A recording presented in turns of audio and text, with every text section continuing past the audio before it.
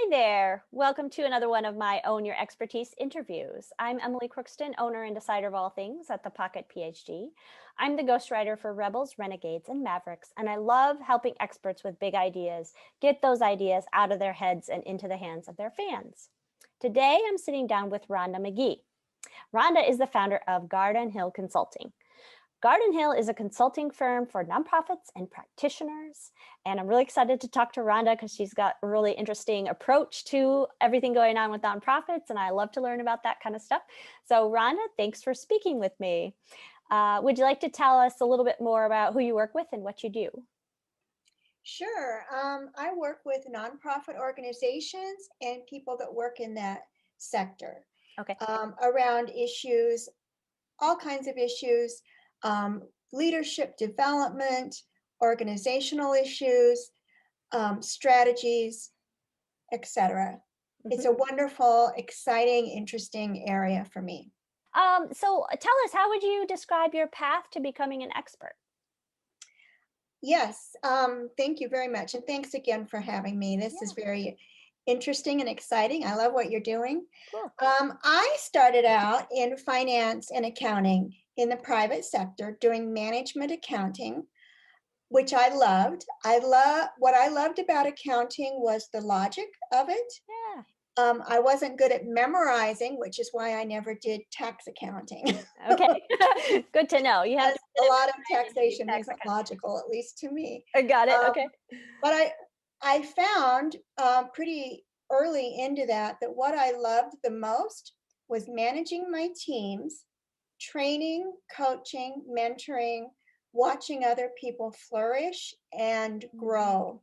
Mhm. And so the other thing that happened to me starting in high school was that I became very interested in volunteer work, engaging in civic organizations and charitable organizations and community action.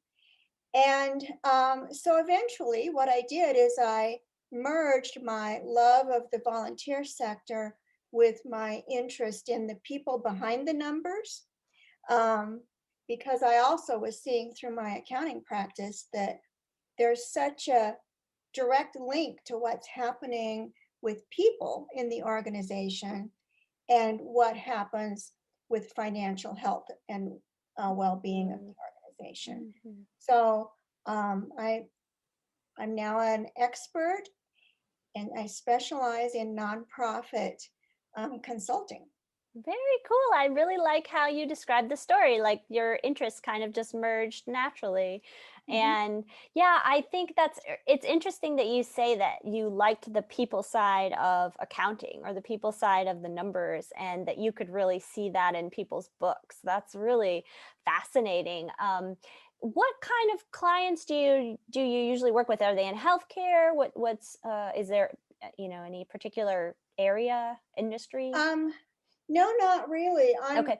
I'm more committed to helping organizations achieve their mission, whatever that is. Mhm, But I certainly have worked in a variety of areas. mhm. I have worked in human services Okay. and healthcare and youth development, just a couple of examples. Yeah, really interesting. So I'm curious about examples. I don't know. I hate to put you on the spot because I know I didn't ask you this question earlier, but I'm curious about examples of the connections you're seeing between people issues and money issues. Can you think of a good example to share? Well, it kind of goes back to that popular book and theory that was popular in the 90s, systems thinking.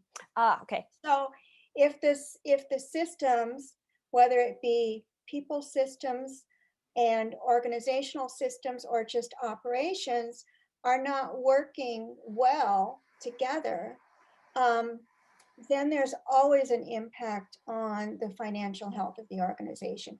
In the private sector, it's the bottom line. Mhm, mhm. But in the nonprofit sector, you have a connection to your financial health, but also the impact that you're trying to create in the world. Mm, So I have always felt and strongly feel that the internal strength of the organization is going to give you that external impact that you're trying to create. So I I see. don't know if So that answers your question. yeah, for sure. So I think it's almost more the whole structure affects the people and it affects the money and it affects the impact on the world. And Right, right, like organizational structure is really important and interesting. Yeah. right. Very cool. I like that. So I like this question. I love to ask all my guests, what's your die in a ditch belief? So for the audience, a die in a ditch belief is something you've thought about long and hard, and it's a belief you've had maybe for a while, but you'd be able to defend it if somebody pressed you on it. So it's something you hold pretty firmly. So tell us, Rhonda, what's your die in a ditch belief? My die in the ditch belief, and I love that you have created that term, is that companies and organizations can be well led and well managed while also creating comfortable, people centered workplace strategies that feed the souls and the lives and the livelihoods of the people that work there.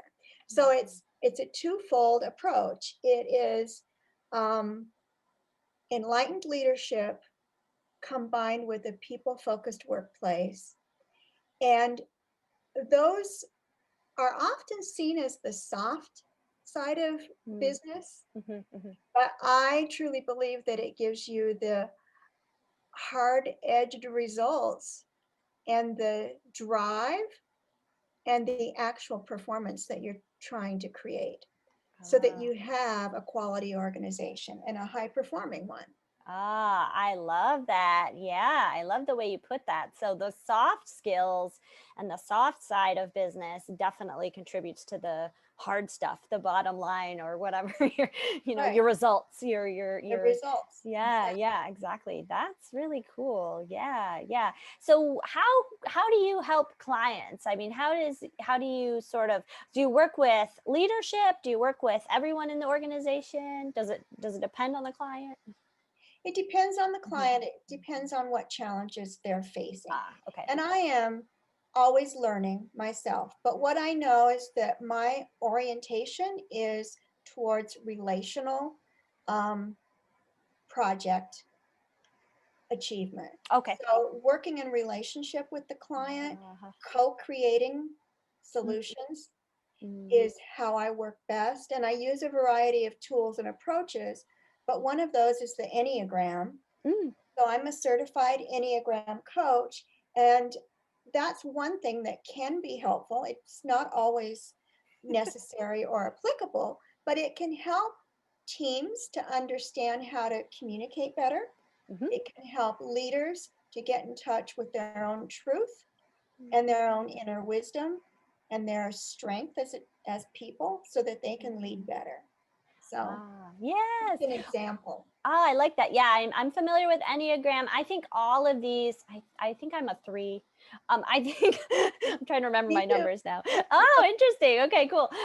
Yeah, so I think all of these types of tests that are out there for helping you, create self-awareness and learn more about yourself and figure out your strength finder or whatever.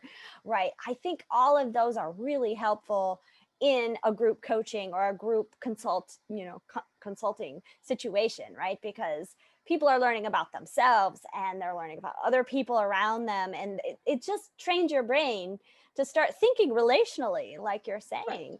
And I think that's really key because I don't think people do that naturally. Very cool. Well, thank you, Rhonda. I really appreciate this conversation. Why don't you tell us where we can learn more about you? Oh, I would love to. So my website is gardenhillconsulting.com. And I'm on LinkedIn under Rhonda S., my middle initial S. McGee. Well, thank you so much. I enjoyed talking to you, Emily. Awesome. Thanks, Rhonda.